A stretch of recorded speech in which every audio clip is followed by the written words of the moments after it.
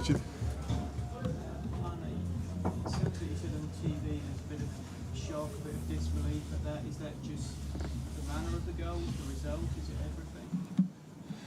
I think the two things you just said, the result, the manner where we conceded the goals, the way the whole game went for us.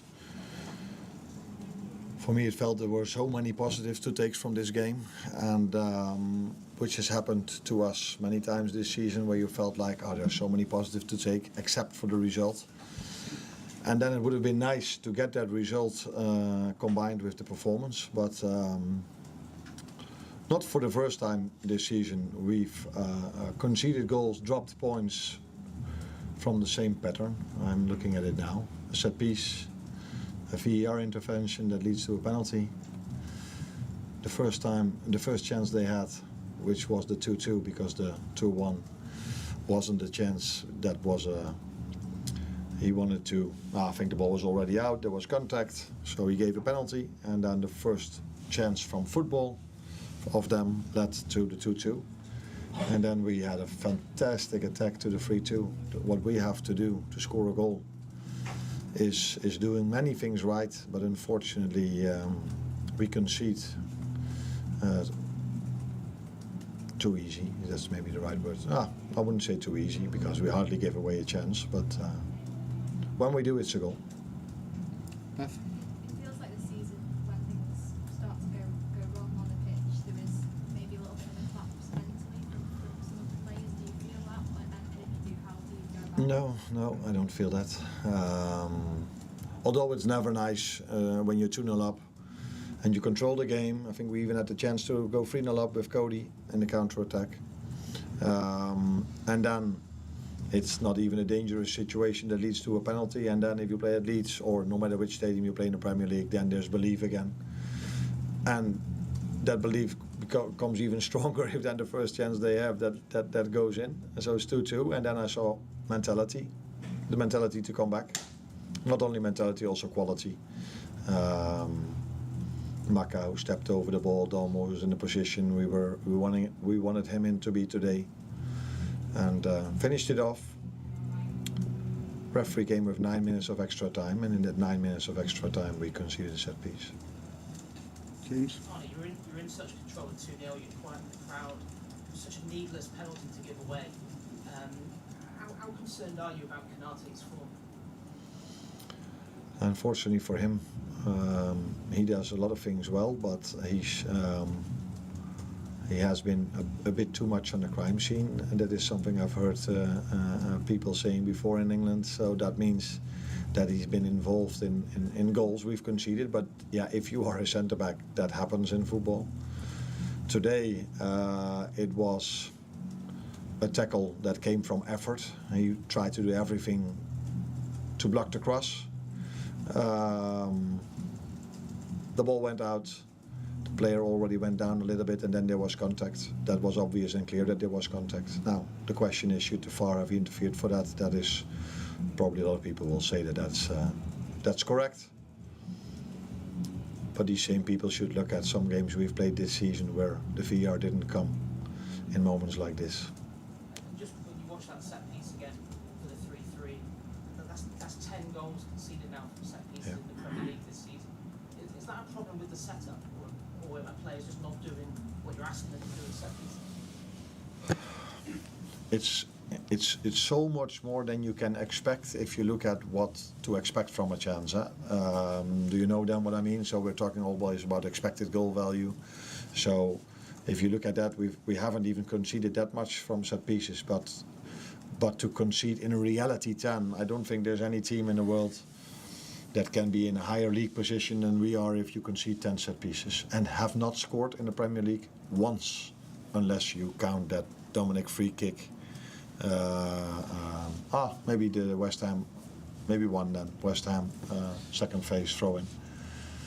Yeah, then it's hardly impossible to be on a higher position or having more points than we have if you concede so many of those.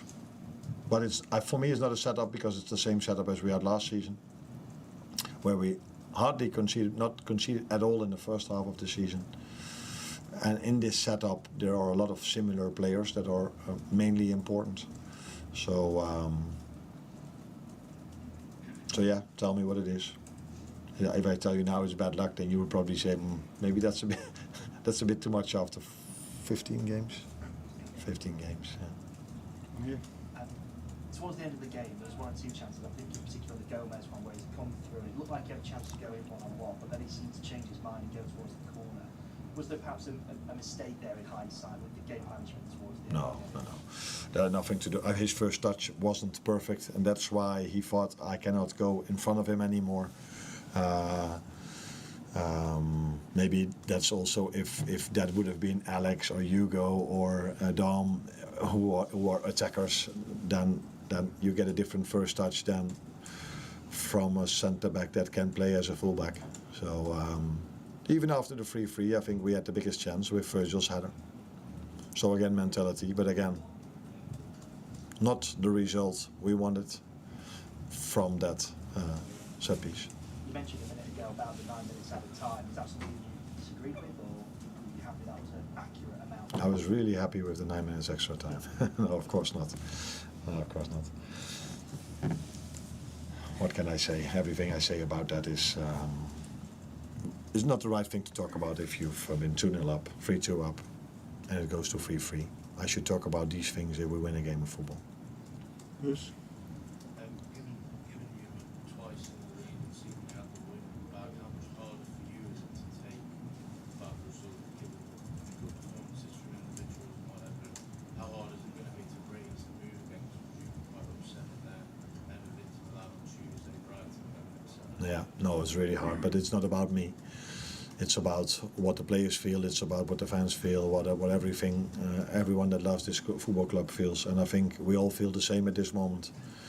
But what I also hope everyone sees that these players are fighting really, really, really hard, and combine that with good football. Again today, we hardly conceded a chance.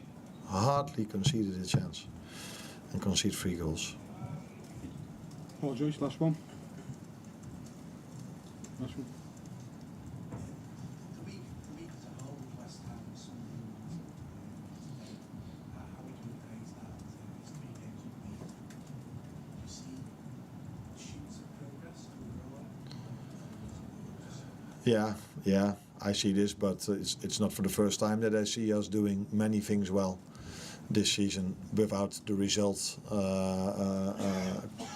combining the result with the performance. But yeah, as you said, I don't know if you said this, but I can take a lot of positives from this game. If we would have won it with 3-2 or with 2-0, I think we would have all said, controlled performance, dominant, against a very difficult team to play against, because Chelsea experienced it, City experienced it the second half. They've changed their playing style to long ball. They didn't did this before. So they've shown how difficult it is to play against that style. We know this for a long time because teams do this against us already for 14 games, but some other teams are experiencing this now as well. Yeah, and I think we're improving. Individuals are improving, performances are improving, but as you just said, it's hard to take for these players as well that are putting so much effort in, fighting so hard, doing a lot of things well, not to get the result so many times after each other. I think we can all understand that does something with an individual and with a team. Yeah, but as I said, I will keep reminding everyone about the fact that after the 2-2, I didn't saw a team that stopped. I saw a team that came back to 3-2, and after the 3-3, I saw a team that had the biggest chance. Was Alex's header also after the 3-3? Yeah, so 2 headers, twice close. But yeah, we have to do a lot to score a goal, as I've said many times already. Thank you, everyone.